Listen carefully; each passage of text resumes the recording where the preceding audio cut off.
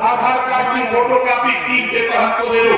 आप चाहे संजय बंजारा को दो, चाहे सतीश को दो, चाहे आप हरीश जी को दे दो, किसी को दे दो, चाहे गिरीश जी को दे दो, किसी को दे दो। मैं दावे के साथ कहता हूं जिस दिन वो पेपर मुझे मिलेगा 8 दिन के अंदर तेरे हॉस्पिटल में जो भी रुपया 5 लाख 10 लाख होगा हम तेरे हॉस्पिटल 8 दिन में पहुंचाने का काम करेंगे। बहुत बढ़िया, ये काम हम करेंगे। ये बात आपको कोई नहीं बताता, ये कोई नहीं बताएगा। इस नाते लोग आपको गुमराह करते हैं। ये ओम प्रकाश राजभर की मीटिंग में जाओगे तो हमारा पोल खुल जाएगा। अभी हमारे साथी ने कहा अस्पताल की बात, भी क्या मानते हो मालिक? है फैसला देने वाले गज मालिकों, भी क्या मानते हो? फैसला आप देते हो। ये विधायक और सांसद तेरे नौकर है, मंत्री तेरे नौकर है, तेरे वोट से बने हैं। ये दावे के साथ ओम प्रकाश राजभर कह रहा है मालिक नौकर से भीख मांग रहा। जाओ जहुराबाद गाजीपुर पता करो। माननीय ब्रजेश पाठक जी स्वास्थ्य मंत्री, हम बात पे नहीं काम पे विश्वास करते हैं। हम गिरीश जी से भी कहूंगा, संजय जी से भी कहूंगा और अलीगढ़ की टीम से कहूंगा, एक चिट्ठी हमको लिख दो, जितना रुपया हॉस्पिटल के लिए चाहिए जहां चाहो वहां बनवा लेना, हम हाथ पकड़ के दस्तखत करा देंगे। ऐसे राजभर नहीं बोल रहा। मैं गया था इटावा के, हमारे साथी आए यहाँ, हमारे इटावा के साथी आए हुए हैं जयप्रकाश बंजारा फौजी जी, अरविंद बंजारा प्रधान और देवदत्त बंजारा और ब्रजेश हमारे साथी आए। जब वहां काम हो रहा था यही संजय बंजारा, जहां समाजवादी पार्टी, जहां घर है जो गांव है सरभई, उस गांव में 97 गांव बंजारा का है। और मुझे आश्चर्य हुआ जब संजय बंजारा ने फोटो खींच करके हमारे पास भेजा। प्लास्टिक की बोरी का दरवाजा, प्लास्टिक की बोरी का छत, प्लास्टिक के बोरी का दीवार, पुआल का दीवार, पुआल की छत। मुझे आश्चर्य हुआ। हमने कहा कि घबराओ नहीं। दूसरे दिन मैं माननी मुख्यमंत्री योगी आदित्यनाथ जी के पास पहुंच गया, लेकर के वो कागज और कहा कि ये देखो, ये है बंजारा समाज का हालत। वोट तो देता है बंजारा, लेकिन इसकी सही बात आप तक कोई पहुंचाता नहीं। आज बधाई देता हूं मुख्यमंत्री जी को। बंजारा को आवास इटावा ही नहीं पूरे प्रदेश में आवास देने का ऐलान कर दिया मुख्यमंत्री जी ने। ये काम हम करते हैं। हम अलीगढ़ आए हैं, हमारी इधर यारी लोग बैठी है हमारी, हम अपनी भाषा में इनको माताएं और बहनें कहते हैं, ये बैठी है। आप घबराओ नहीं। आज मैं जा रहा हूं, 2 दिन के बाद रात पहुंचूंगा। कल हमारी मीटिंग है, परसों मुख्यमंत्री से मिलूंगा। और जो ये कागज तुमने थोड़ा सा मुझे थमाया, ये थोड़ा सा नहीं, इसको हम लाखों समझते हैं। इस कागज को लाखों समझ करके मुख्यमंत्री के सामने तेरी समस्या को रखने का काम। और हमारे हरीश जी हैं, हमारे सतीश बंजारा जी हैं, हमारे संजय जी हैं, गिरीश जी हैं। हम इन लोगों से कहूंगा आओ 3-4 दिन में आ जाओ मेरे पास, बना लो जो समस्या है। चलो मुख्यमंत्री के सामने हम वार्ता करा देते हैं, करा देंगे। हम वोट के लिए नहीं घूम रहे हैं, हम वोट की बात नहीं करते, लेकिन इस बात को जरूर कहता हूं कि देखो ये वोट आप बढ़ना चाहते हो। जिला पंचायत 75 जिले हैं, 18 कमिश्नरी, नौजवानों जहां से चुनाव लड़ना चाहते हो उस जिले के अपने अपने नेताओं से संपर्क करो हमारी पार्टी के। वहां से पहले हम टिकट घोषित कर देंगे कि यहाँ से बंजारा का बेटा लड़ेगा। ये हम दावे के साथ घोषणा करते हैं। और आ रहा है चुनाव, लोकसभा में तो हम नहीं कुछ कहेंगे, लेकिन 27 का चुनाव आते आते थोड़ी सी मेहनत आप करो, थोड़ी सी मेहनत हम करते हैं।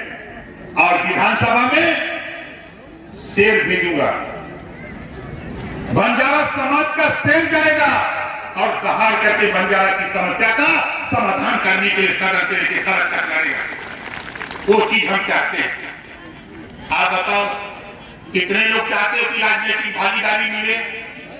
भागीदारी चाहते हो तो देखो एक काम करो, एक काम खाली करो।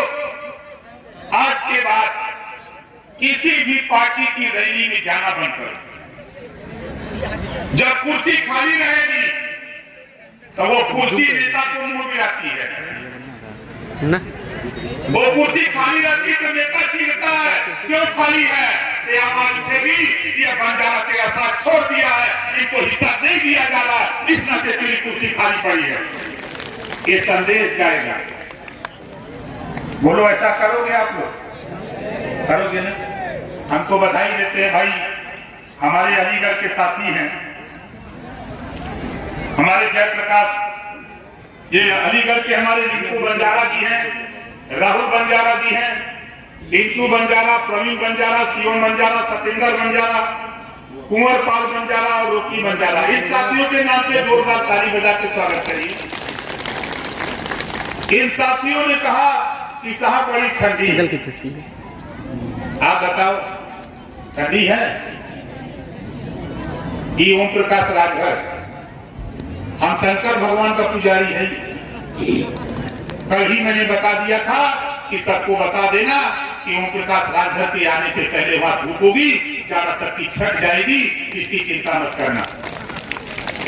हम तो जहां जाते, कल भी मैं था, कल हरदोई सीतापुर में था, कल मंचवे टूट गया, इतनी भीड़ हो गई, कल मंच टूट गया। आज हमारे साथी सावधानी बरत रहे हैं कि मंच टूटने न पावे, पहले से अलर्ट है कि मंच टूटने न पावे। लेकिन मैं आपसे कहना चाहता हूं कि आप बताओ, यहाँ जितने लोग हो, कितने लोग बिजली के बिल से परेशान हो? जरा हाथ उठाओ। बिजली के बिल से परेशान होना किसी की औकात नहीं है कि देश के प्रधानमंत्री के सामने इस बात को कोई रखे। 18 जुलाई 2023 को दिल्ली में माननीय नरेंद्र मोदी जी प्रधानमंत्री जी के सामने इस बात को रखा। रखने का तरीका हमारा दूसरा था। हमने कहा कि गांव में स्मार्ट मीटर लगाने के लिए किसी ठेकेदार ने ठेका लिया और भेज दिया अपने कार्यकर्ताओं को, नेताओं को, जो काम करने वाले कारीगर गांव में गए तो गांव के लोगों ने पूछा कि भाई क्या बात है, कल फ्री में लग रहा? तो लगे अपने मड़ई में, दुआरे, भांसे में, अंधेरे में सब लगे। तो गांव के लोगों ने पूछा कि बिजली फ्री में है? तो वो ठेकेदार कह दिया कि हाँ बिजली फ्री है में। अब आधार कार्ड ले लिया, वो ले लिया कि नहीं? स्मार्ट मीटर लगाने वाला आधार कार्ड ले लिया। अब लेने के बाद क्या हुआ? 3 साल 4 साल के बाद आपके यहाँ बिल आने लगा। किसी का 20,000, 15,000, 50,000, 25,000 तेरे यहाँ बिल आने लगा। मैं इस नाते क्यों कर रहा हूँ? इस बात को मैंने देश के प्रधानमंत्री जी के सामने कहा, ये समस्या पैदा है। इस समस्या के समाधान के लिए दिल्ली में, पंजाब में घरेलू बिजली का बिल माफ है तो पूरे देश में घरेलू बिजली का बिल माफ होना चाहिए। इस बात का जन हमने शुरू किया। तो बताओ कितने लोग घरेलू बिजली का बिल माफ कराना चाहते हो? मेरी लड़ाई खाली गिरीशा जी लड़ी है, ये सब लोग लड़ोगे? सब लोग लड़ोगे ना? आगे देखो, हमारी माताएं बहनें हैं, हम अपनी भाषा में बोल रहा हूं। देखो 35% आरक्षण, महिलाओं के लिए 35% आरक्षण लागू हो गया है। कानून पास हो गया 5 साल के अंदर। अब 100 MLA होंगे तो 33 महिला, 100 सांसद 33 महिला। ये कानून 5 साल के अंदर लागू होने जा रहा है। लोकसभा, राज्यसभा से पास हो गया है। हमारी माताएं बहनें हैं, आप बताओ, यहाँ जानना चाहते हैं कितने लोग चाहते हो कि हमारी बहनों के ऊपर, माताओं के ऊपर जो आरोप प्रत्यारोप है, जब हमारी बहन सांसद और विधायक बनकर के लखनऊ और दिल्ली की पार्लियामेंट में जाएगी तो बताओ उसके ऊपर कोई उंगली उठा सकता है? क्या कोई उठा सकता है? हम आपसे निवेदन करता हूं कि देखो, जो भूगन प्रथा है आप उसको रखो, हम मना नहीं करते, लेकिन जो बहन बेटियां पढ़ लिख रही हैं उनको राजनीति में ले आओ, माइक पे ले आओ, उनका रिहर्सल कराओ, उनको बोलना सिखाओ, ताकि आने वाले समय में 5 साल के अंदर जब चुनाव होगा, उस चुनाव में हमारी आपकी बहन बेटियां भी MLA MP बन करके दिल्ली की पार्लियामेंट, लखनऊ की विधानसभा में जाकर के अपनी लड़ाई खुद लड़ें। और दूसरी बात, राजनीति में तो आरक्षण महिलाओं को मिल गया, लेकिन नौकरियों में नहीं मिला। हम चाहते हैं कि 33% नौकरियों में भी आरक्षण, जिस तरह जिला पंचायत में है उसी तरह नौकरियों में भी आरक्षण महिलाओं को आरक्षित कर दिया जाए, ताकि हमारी बहन बेटियां दरोगा बन के, सीओ बन के, एसपी बन के, डीआईजी बन के, आईजी बन के, कानूनगो बन के, एसडीएम बन के, लेखपाल बन करके, डीएम बन करके आवे, वर्दी पहन करके जब गाड़ी से बैठ करके तेरे घर आएगी तेरी बेटी, तेरी बहन, तो आपका भी सीना गर्व से ऊंचा होगा कि हमने अपनी बेटी को पढ़ाया, अपनी बहन को पढ़ाया, आज नौकरी जा करके वो आगे जा रहे। इस बात की लड़ाई हमको आपको मिल करके सबको लड़ना पड़ेगा, इसको लड़ना पड़ेगा, तब हमको आपको मिलेगा। देखो हमारे देश के प्रधानमंत्री जी गुजरात से आते हैं, अभी कल बिहार नीतीश जी एनडीए में शामिल।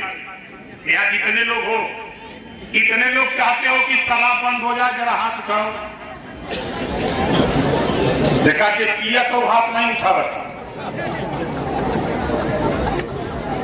सही से बता कि गुजरात, बिहार और पांडिचेरी की तरह शराब बंद हो।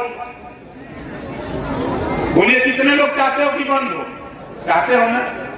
तो देख लो भाई, हम तो इस बात को प्रधानमंत्री जी से कह चुका हूं और मुख्यमंत्री जी से कई बार कह चुका, सदन के अंदर भी मैं इस बात को कह चुका हूं कई बार। गुजरात क्यों मैं कहता हूं? जब देश की आजादी की लड़ाई महात्मा गांधी जी, सरदार वल्लभ भाई पटेल, चंद्रशेखर आजाद, भगत सिंह जैसे लोग लड़ रहे थे, तो जैसे हम लोग यहाँ मीटिंग कर रहे हैं, इसी तरह मीटिंग में बताया जाता था कि देश आजाद होगा तो गरीबों की हालत शराब से बदतर है, इस नाते सबसे पहले देश में शराब बंद किया जाएगा। लेकिन हुआ कहां? सबसे पहले अगर शराब बंद हुआ तो गुजरात में बंद हुआ, क्योंकि वहां के सरदार वल्लभ भाई पटेल, वहां के राष्ट्रपिता महात्मा गांधी, वहां तो बंद हो गया। लेकिन हम चाहते हैं कि अगर वहां बंद है तो उत्तर प्रदेश में भी शराब, बोलो कितने लोग चाहते हो कि बंद होना चाहिए? बंद होना चाहिए, चाहते हो ना? अब आगे सुनो। देखो हम शिक्षा में सुधार चाहते हैं, रोजगार पर शिक्षा। अभी हमारे साथी ने कहा कि नौजवान जाता है बाहर कमाने, दिक्कत होती है उसको। हम चाहते हैं रोजगार पर शिक्षा लागू कराना, कक्षा 4 से मोबाइल बनाना, लैपटॉप बनाना, फ्रिज बनाना, एसी बनाना, कूलर बनाना, मोटरसाइकिल बनाना, 100 विषय बने, एक विषय हर बच्चे को पढ़ना अनिवार्य कर दिया जाए। रोजगार परक शिक्षा कक्षा 4 से लागू कराना चाहता हूं। फैसला देने वाले जज मालिकों, आप बताओ, जिसके बेटा बेटी को 4 साल 5 साल मोबाइल बनाने सिखाया जाए, मोटरसाइकिल बनाने सिखाया जाए, तो बताओ सीख लेगा कि नहीं सीख लेगा?